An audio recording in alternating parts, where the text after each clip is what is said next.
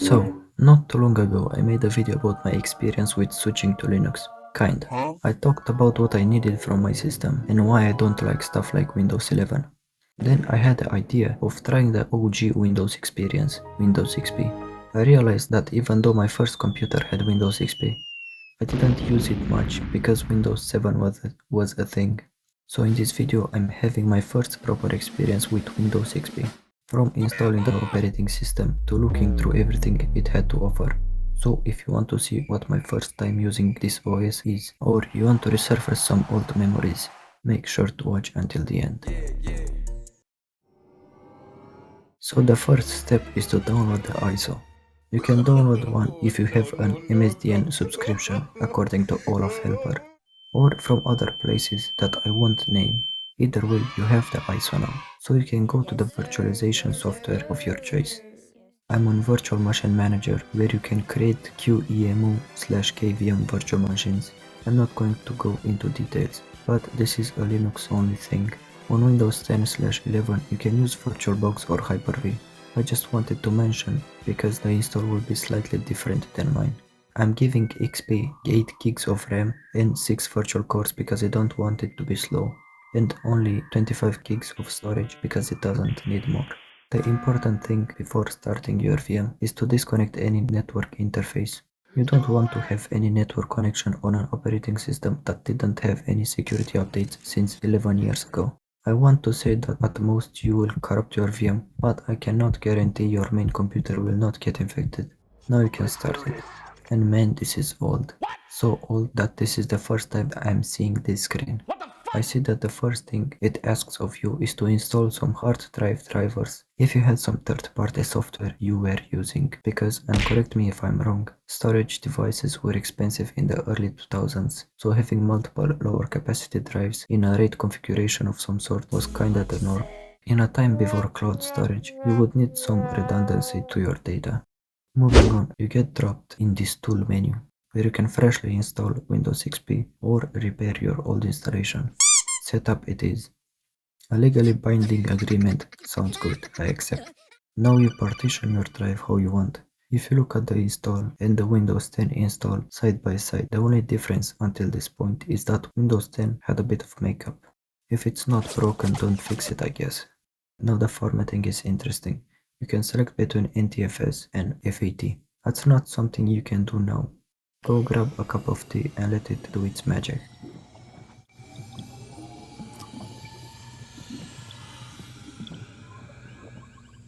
A quick examination and copying of files later. You can even see in the bottom right what is being copied.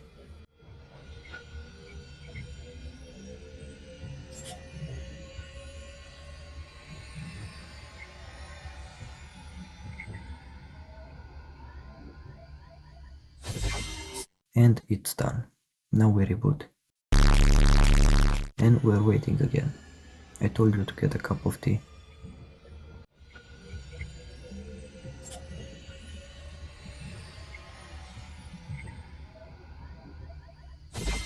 Now we're gaming. Regional and language options. They don't matter now, but look at the cool drawing of the earth. Typing my real name and organization. And my genuine key that I bought back in 2008. Computer name and administrator password. I bet you can't guess mine.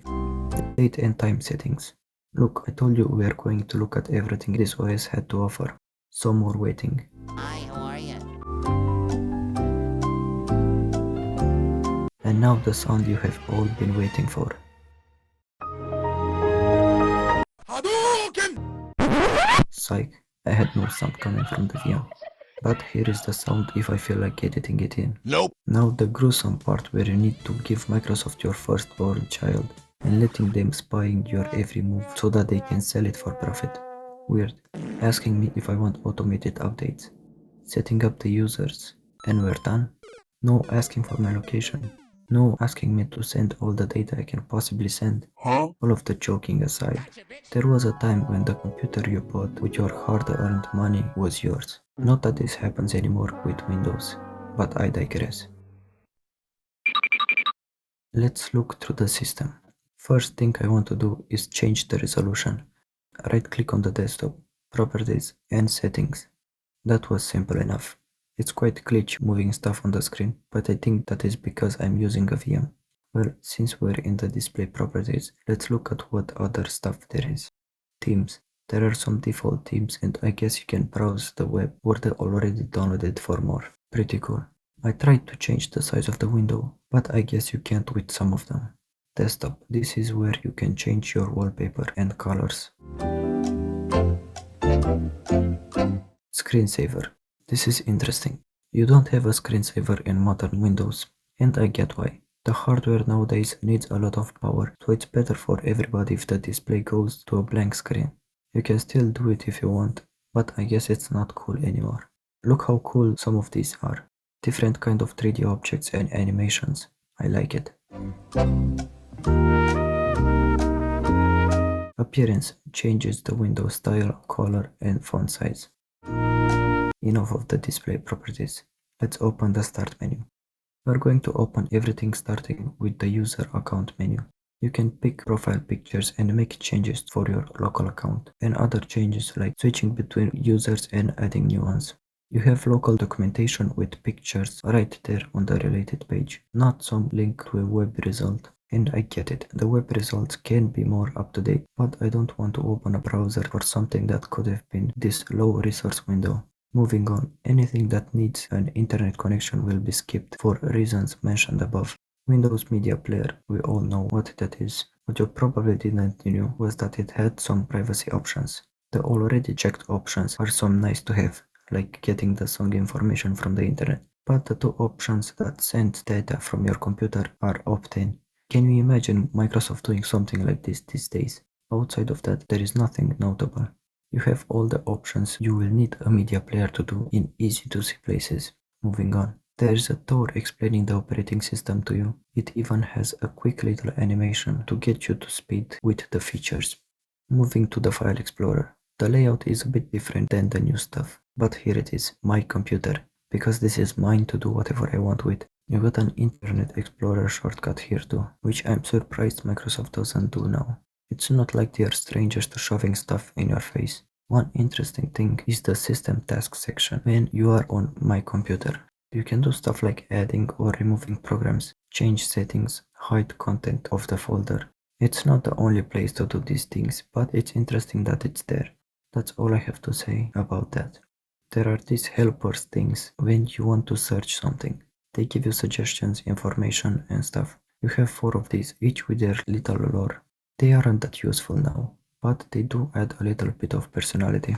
The settings for the File Explorer are very familiar, even 20-something years later. The control panel starts with the options grouped in categories like the latest one, but you can change to the classic view where you have each of the individual settings. It's just the control panel with older icons. Even though these menus look a bit different, this is the place to change the whole computer. Another thing I saw in post, you have the whole category for adding and removing Windows components. You will need a software like Rivo installer to do this kind of thing. Doesn't really matter. These are all the options in control panel.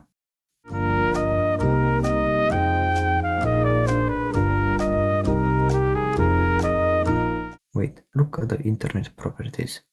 You have privacy. You can block cookies and pop-ups straight from here.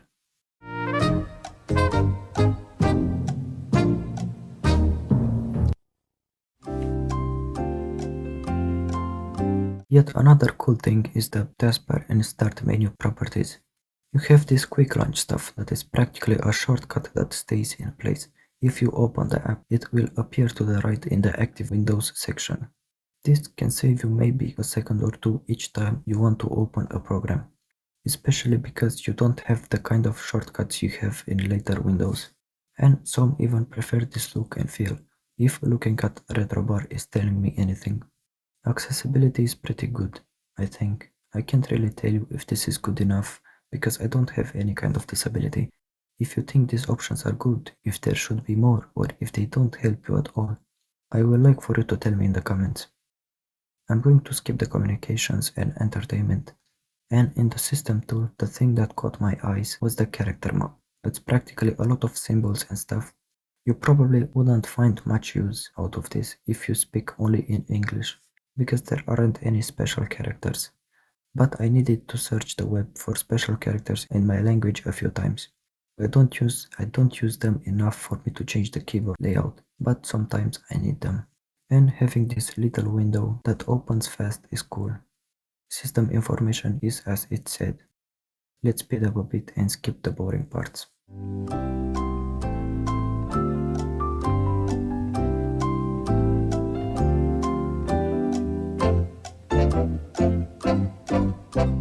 The games. Man, do I have some memories. Not a lot because I didn't use XP that much, but I do remember the games. Free Cell is a game I don't know how to play, so I gave up pretty quickly. In Hearts, I think you need to play the same color and type of cards, giving you an amount of points. If you don't play the right cards, you don't get points. Either way, I won. Internet Backgammon is an online game, then I can't even play with bots. The same for Internet Checkers, Internet Hearts, Internet Reversi, and Internet Spades. Minesweeper is a classic, it needs no introduction. I'm just bad at it, so we're moving on. 3D Pinball is another good one. This is probably my favorite game from the default ones. Too bad the controls don't fucking work. I pressed every button and the things wouldn't move, so I would lose the ball pretty fast. Sadly, I needed to move on. Solitaire is cool, and I mean this particular one. These low resolution cards, the back of them having this rose PNG. The green background. Too bad I got stuck. I tried for a few minutes and I was even thinking of reading the fucking manual. I don't know if I need to explain this, but in Solitaire you have 4 blank spots in the top middle and top right. The point is to start with an ace, which represents 1, and work your way up until a king, or 30. It's all about segregating the colors like the Lord intended. Yes, sir. This is a joke. I didn't want to clarify this, but in this day and age, I feel the need to. Back to Solitaire. You need to find the cards and place them in order. In the bottom, you have 7 rows of cards stacked on top of each other, each stack having a different number of cards. These rows are used to place cards on top of each other if they are different colors.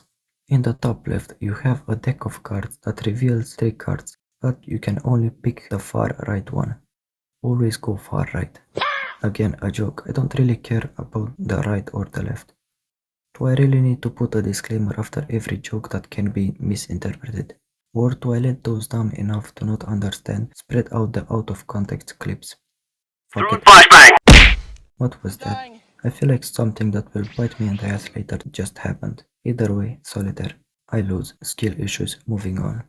Spider Solitaire is a variation of Solitaire, where you only have one type of cards, and you need to stack them from king to ace. You have 10 rows of cards that you can move how you want, except the king. The king can only go to blank spaces, pretentious bitch. When you click the bottom right deck, every row gets a random card. I lost the first match in 5 minutes, but I wanted to win at least one type of Solitaire, so I started a new match that I managed to win after 8 minutes and 110 moves, which isn't the best ever, but I'm fine with that. Look at these cool animations and fireworks. Before I move on, look at this help and support center stuff. You have literally most if not all of the information that you will need while using Windows XP. Offline documentation that you don't need a browser for, and it's all in one place. Tens of thousands of words explaining how to use your computer baked into the operating system. I don't know how much you're going to use it in your day-to-day life, but having it here is much better than a fucking web search link. If I wanted to search the web for answers, I would have done so already in Microsoft. And this is the Windows XP experience. I hope some happy memories resurfaced after you saw me look in the various menus, apps and games. I know I had fun looking at this piece of history. I was thinking of looking through Windows 7 next, just because that was the next Windows OS that I used. But let me know if you have other ideas. And until next time, check one of these videos.